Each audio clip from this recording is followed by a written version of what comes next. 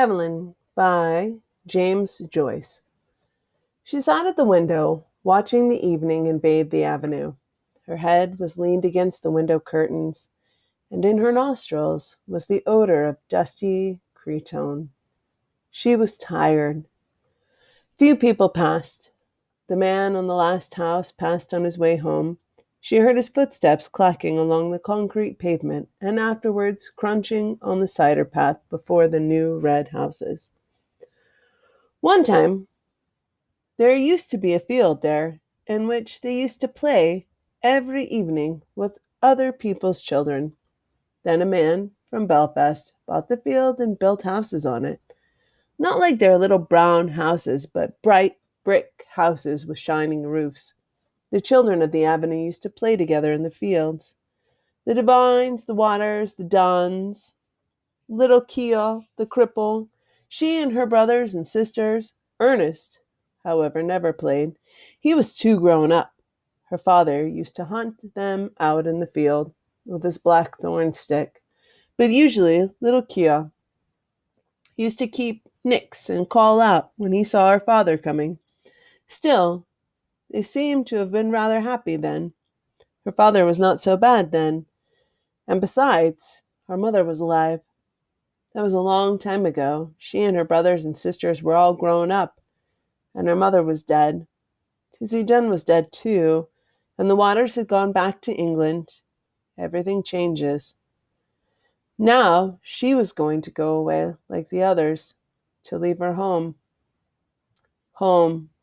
She looked round the room, reviewing all its familiar objects, which she had dusted once a week for so many years, wondering where on earth all the dust came from. Perhaps she would never see again those familiar objects from which she had never dreamed of being divided. And yet, during all those years, she had never found out the name of the priest whose yellowing photograph hung on the wall above the broken harmonium, beside the colored print of the promises made to Blessed Margaret Ann Alacoque. He had been a school friend of her father. Whenever he showed the photograph to a visitor, her father used to pass it with a casual word. "He's in Melbourne now." She had consented to go away, to leave her home. Was that wise? She tried to weigh each side of the question. In her home, anyway, she had shelter and food. She had those whom she had known all her life about her. Of course, she had to work hard, both in the house and at business. What would they say of her in the stores when they found out that she had run away with a fellow? Say she was a fool, perhaps, and her place would be filled up by advertisement. Miss Gavin would be glad. She had always had an edge on her, especially whenever there were people listening. "Miss Hill, don't you see these ladies are waiting? Look lively, Miss Hill, please." She would not cry many tears at leaving the stores. But in her new home, in a distant unknown country, it would not be like that. Then she would be married. She, Eveline. People would treat her with respect then. She would not be treated as her mother had been. Even now, though she was over 19, she sometimes felt herself in danger of her father's violence. She knew it was that had given her the palpitations. When they were growing up, he had never gone for her like he used to go for Harry and Ernest because she was a girl. But latterly he had begun to threaten her and say what he would do to her only for her dead mother's sake. And now she had nobody to protect her. Ernest was dead, and Harry, who was in the church decorating business, was nearly always down somewhere in the country. Besides, the invariable squabble for money on Saturday nights had begun to weary her unspeakably. She always gave her entire wages, 7 shillings, and Harry always sent up what he could, but the trouble was to get any money from her father. He said she used to squander the money and that she had no head, that he wasn't going to give her his hard-earned money to throw about the streets, and much more, for he was usually fairly bad on Saturday nights. In the end, he would give her the money and ask her if she had any intention of buying Sunday's dinner.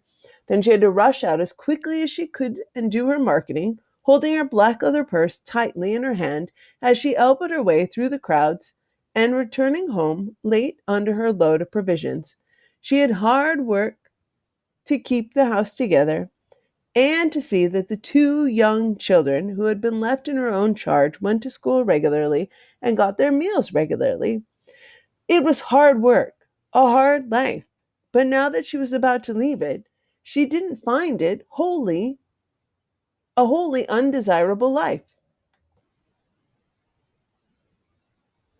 She was about to explore another life with Frank. Frank was very kind, manly, open-hearted. She was to go away with him by the night boat to be his wife and to live with him in Buenos Aires, where he had a home waiting for her. How well she remembered the first time she had seen him. He was lodging in a house on the main road where she used to visit. It seemed a few weeks ago. He was standing at the gate, his peaked cap pushed back on his head and his hair tumbled forward over a face of bronze. Then they had come to know each other. He used to meet her outside the stores every evening to see her home. He took her to see The Bohemian Girl, and she felt elated as she sat in an unaccustomed part of the theater with him.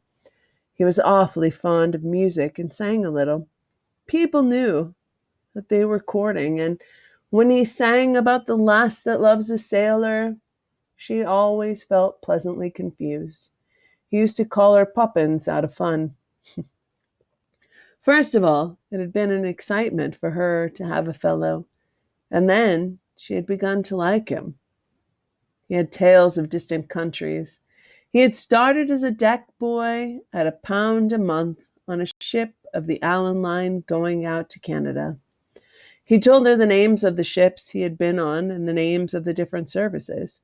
He had sailed through the Straits of Magellan, and he had told her stories of the terrible Patagonians.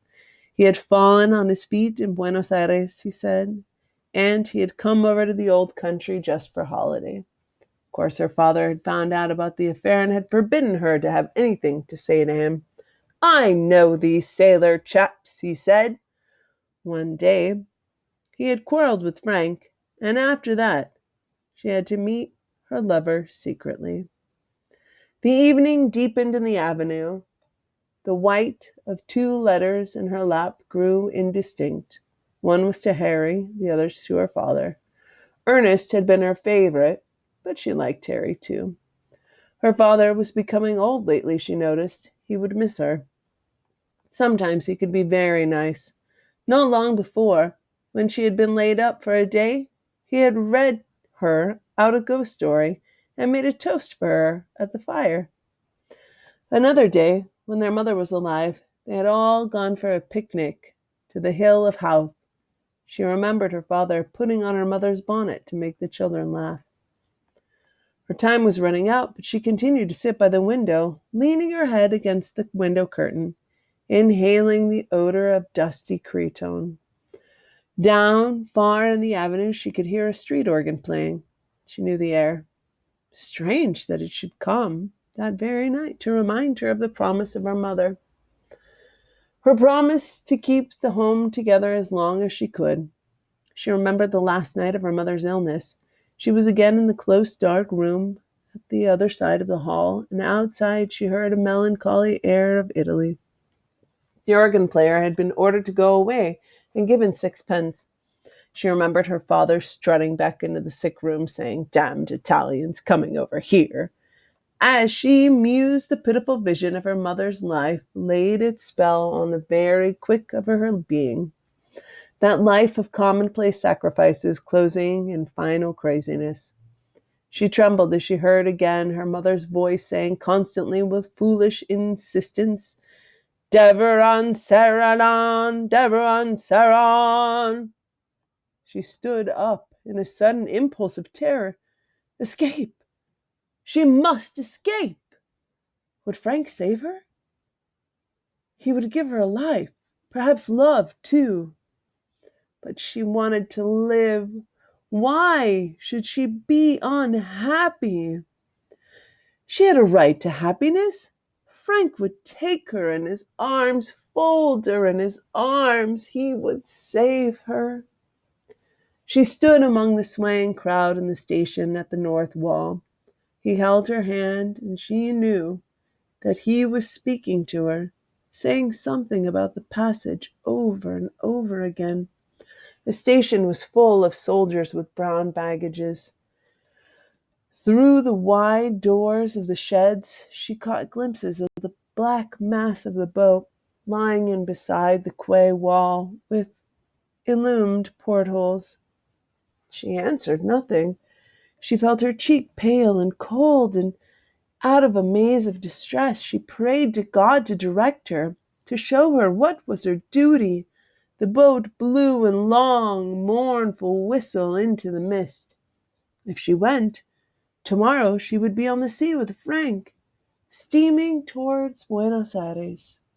Their passage had been booked. Could she still draw back after all he had done for her? Her distress awoke a nausea in her body, and she kept moving her lips in silent, fervent prayer. A bell clanged upon her heart. She felt him seize her hand. Come! All of the seas of the world tumbled about her heart. He was drawing her into them. He would drown her. She gripped with both hands at the iron railing. Come! No, no, no! It was impossible. Her hands clutched the iron in frenzy. Amid the seas she sent a cry of anguish. Eveline! Evie! He rushed beyond the barrier and called to her to follow. He was shouted at to go on, but he still called to her. She set her white face to him, passive, like a helpless animal. Her eyes gave him no sign of love or farewell or recognition.